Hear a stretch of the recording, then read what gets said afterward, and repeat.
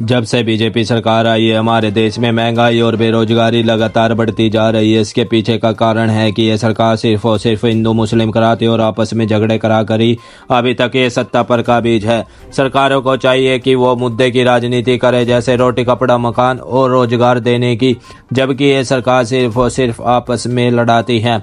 और इसका पूरा जिम्मेदार हमारे देश के लोग भी है, क्योंकि वो पूरी उम्र एक व्यक्ति धर्म जाति के व्यक्ति को चुन लेते हैं और उसे ही वोट और उसकी प्रशंसा में गवा देते हैं। जबकि चाहिए कि हर उस लोगों के साथ लगे, चाहे वो किसी भी धर्म जाति का हो, जो भी अच्छा काम करता है।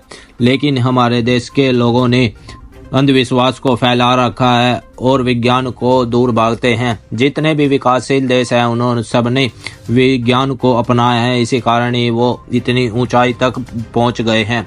लेकिन हमारे देश के लोग अंधविश्वास ढूंढते हैं और जहां पर अंधविश्वास होता है वहां पर बहुत ही ज़्यादा लोगों की भीड़ दिखाई देती है।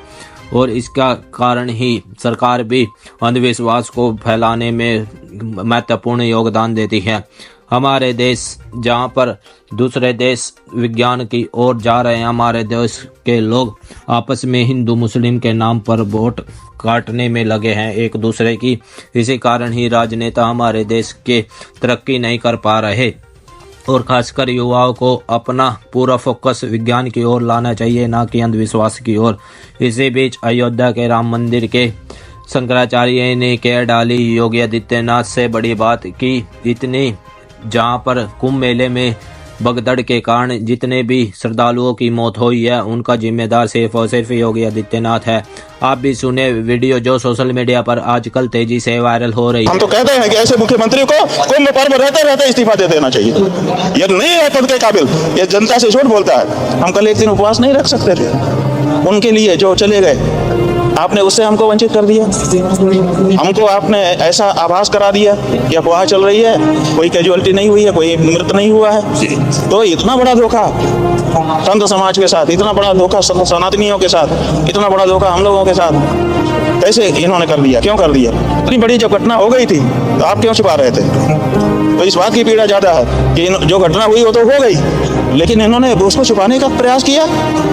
जी पूरे दिन छुपाए रहे, शाम को जाकर के बोलते हैं कि वो हो गया है। आप पूरे दिन आपको पता ही नहीं था, दुनिया बता रही थी, आपको पता ही नहीं था। तो आज सबसे बड़ी जो हम लोगों के मन में पीड़ा है वो ये है कि हमारा मुख्यमंत्री झूठा है।